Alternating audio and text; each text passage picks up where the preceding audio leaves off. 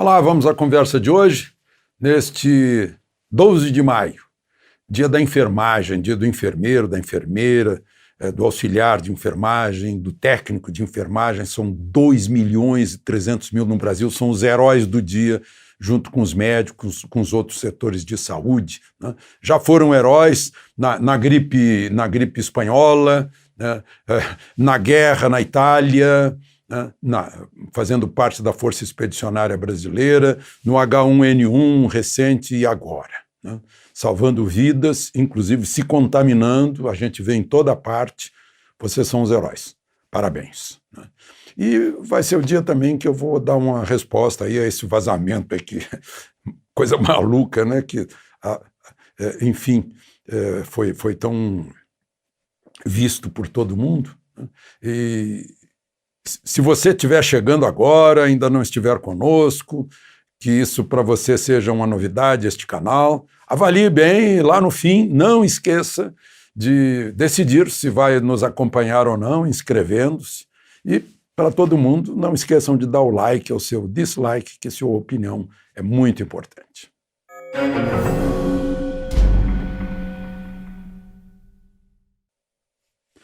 Bem, então, antes de mais nada, vamos aos fatos de hoje, né? Deixando para uma segunda etapa a resposta que eu rascunhei para tudo isso, né? Bom, em primeiro lugar, o presidente Bolsonaro botou na lista de atividades essenciais, né, os cabeleireiros, barbeiros e similares, né, e também academias, né? Eu estava muito animado, porque aqui vocês estão vendo meu cabelo, né? Está precisando de uma tricotomia, né? Mas parece que o governador do Distrito Federal, com outros 12, não pretende reabrir, né? São muitos, né? Os números legais dão 730 mil, mas tem muito informal que não tem registro nenhum, talvez seja o dobro disso, né? São Paulo é campeã. É o campeão de cabeleireiros, cabeleireiras, barbeiros, né?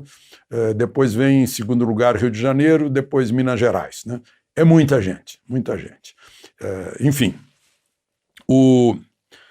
ainda sobre isso, né? Pois a gente está vendo aí que os governadores e prefeitos estão conduzindo, por conta deles, a proteção ou abertura, né? E é bom olhar que agora um órgão da ONU e outro do Banco Mundial estão prevendo fome no Brasil para este ano, né? Brasil voltando ao mapa da fome, né? Como consequência dessa paralisia na atividade econômica. Falar nisso, eu estou em casa, mas não paro, né? Eu faço ginástica e há 40 dias eu fiz demais com halteres e faz 40 dias que está me doendo aqui. Aí fui fazer um raio-x lá no ortopedista e o operador do raio-x, né, que hoje é um dos que está de parabéns nesse dia, né, me contou que a quantidade de gente que aparece lá com fratura no dedo mínimo do pé, no dedo mindinho, né? Por quê? Porque ficam em casa batendo em canto. Veja só, a gente nem imagina, né, que essa é uma das consequências do fica em casa, né? Dando topada em móvel em casa. Bom, os 3 ministros do Palácio do Planalto, 3 generais 4 estrelas, foram ouvidos lá no Palácio do Planalto, delegados da Polícia Federal foram lá.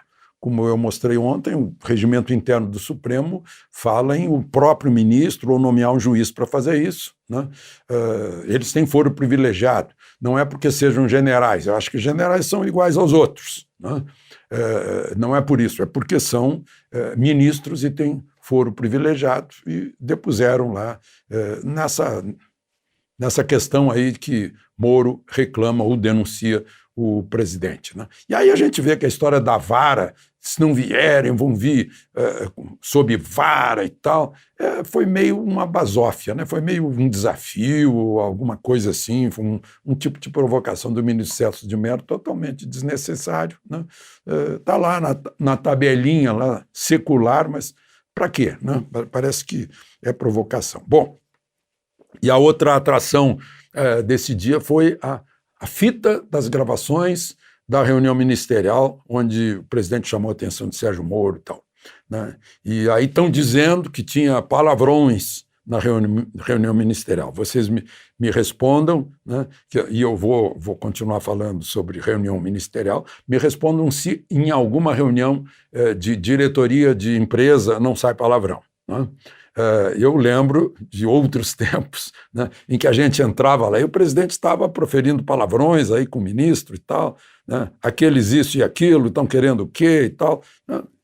São pessoas, né, não são anjos que estão lá na reunião. Mas, enfim, quem viu a reunião disse que o presidente teria reclamado que havia perseguição contra a família dele e tal. O que a gente vê é isso, né? Ele fica em casa, se tiver manifestação, vai ser acusado de ter ficado em casa e não ter dado bola para a manifestação a favor dele, né? Se ele sai, aí também se expôs, aquela coisa toda, né? A mesma coisa andar de jet ski, que eu falei ontem aqui, reclamaram que ele estava sem máscara, né? Eu acho que se ele tivesse sem calção, sim, justificaria reclamar. Bom, até o momento eu não sei se estão votando ou não estão votando, né? Nesse momento aqui que eu estou gravando são 7 da noite, a MP 910 da regularização fundiária, né? que vai facilitar muito a vida de quem produz e vai dificultar a vida de quem está se aproveitando da terra, grileiro, invasor, essas coisas. Mas, então, dei um resumo dos fatos do dia, agora eu queria conversar com vocês sobre a resposta que eu anunciei que daria hoje sobre essa fofoca aí que entrou no ar. Então, esta vai ser a minha resposta e eu ressalvo, aviso que não é um julgamento. O julgamento fica a seu critério.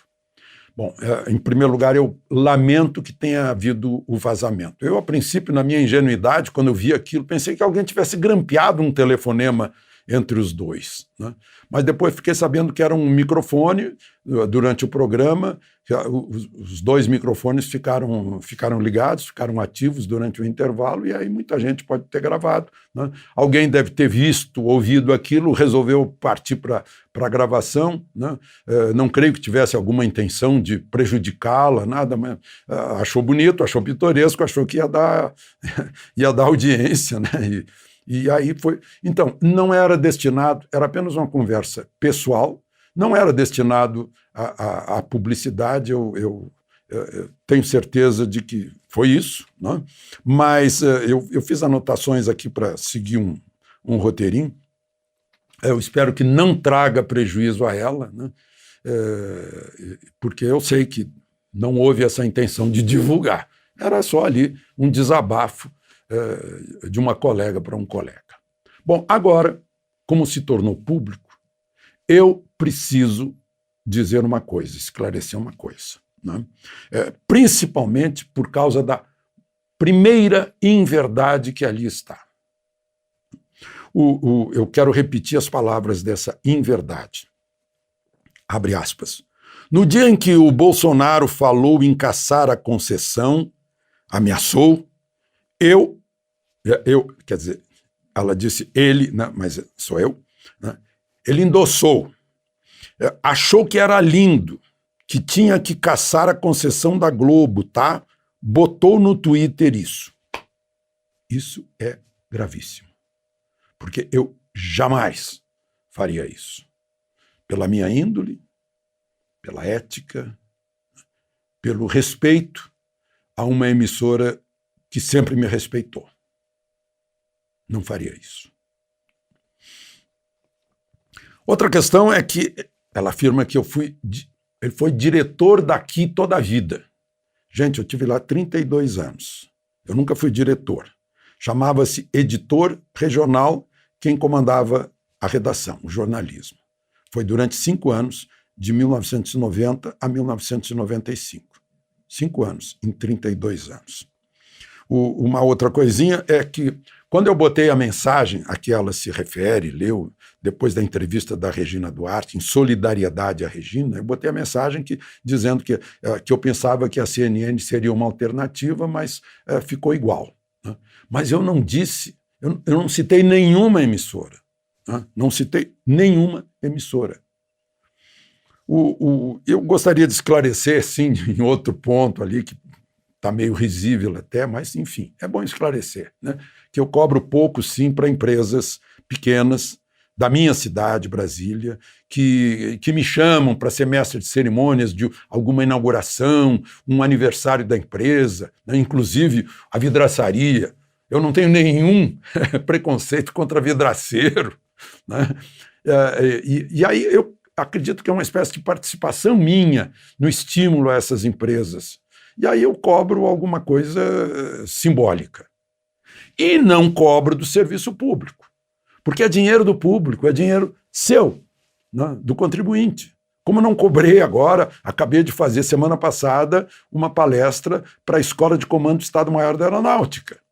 Como outro dia, tempos atrás, fiz uma palestra para o Ministério Público Federal. Como faria agora, nessa quarentena, a quarentena impediu, uma palestra para ouvidoria do Distrito Federal. Né? E assim tem sido. Eu não cobraria, por exemplo, aqui do SENAC ou do SENAI, eu não cobraria, porque é verba pública. Né? E tem uma outra inverdadezinha menor, é coisa pequena, mas enfim, né? Que ela afirmou lá pelas tantas que a CNN não o chamou. Não o chamou. Parece que estava numa torcida, mas enfim. Mas o fato é que chamou por meses e chama até agora. Até hoje. Eu, por exemplo, vou participar de um programa da CNN no fim de semana. Né? Assim como vou participar na sexta-feira de manhã do Aqui na Band, com o meu querido Lacombe, né? O Luiz Ernesto Lacombe. Eu estou com essa liberdade, estou lá no Canal Rural, porque eu gosto muito do agro, né? Estamos aqui juntos com 1.300.000 por aí, né? Estamos juntos. Ontem fez 4 anos de Twitter, somos quase 2,5 milhões no Twitter, mais de 1 milhão no Instagram, ou seja, eu estou em boa companhia. Né? E eu estou homenageando a minha companhia, não estou me homenageando, não. Mas aí eu percebi que o meu querido amigo Camarote, né, estava lá constrangido. E aí só tem uma coisinha, ele chamou meus seguidores de radicais. Eu devo dizer que eu não faço filtragem de ideologia. Né? Quanto mais diversidade de ideias, é melhor para um canal, porque a gente recebe, na rede social, a gente recebe o retorno. E a gente avalia com quem está conversando, avalia as opiniões das pessoas, isso é muito, muito saudável. Né? E ele teria razão, inclusive, na hora que falou, ele cuspiu no prato que comeu. Teria razão se fosse verdade aquilo que a interlocutora dele falou, né? Se fosse verdade. Mas, como eu expliquei para vocês, não é verdade, é impossível, né? Porque não é da minha ética, né? Não respeitar quem sempre me respeitou. Bom, e por fim eu queria mostrar que são opiniões pessoais. Né? Então eu não me meto em ideias, opiniões pessoais, as pessoas se revelam pelas suas opiniões, eu não vou me meter nisso, eu não vou julgar. Né? E se você me perguntar como eu recebi tudo isso, eu digo que foi com um único sentimento, o de surpresa. Né? Surpresa porque fomos colegas, né?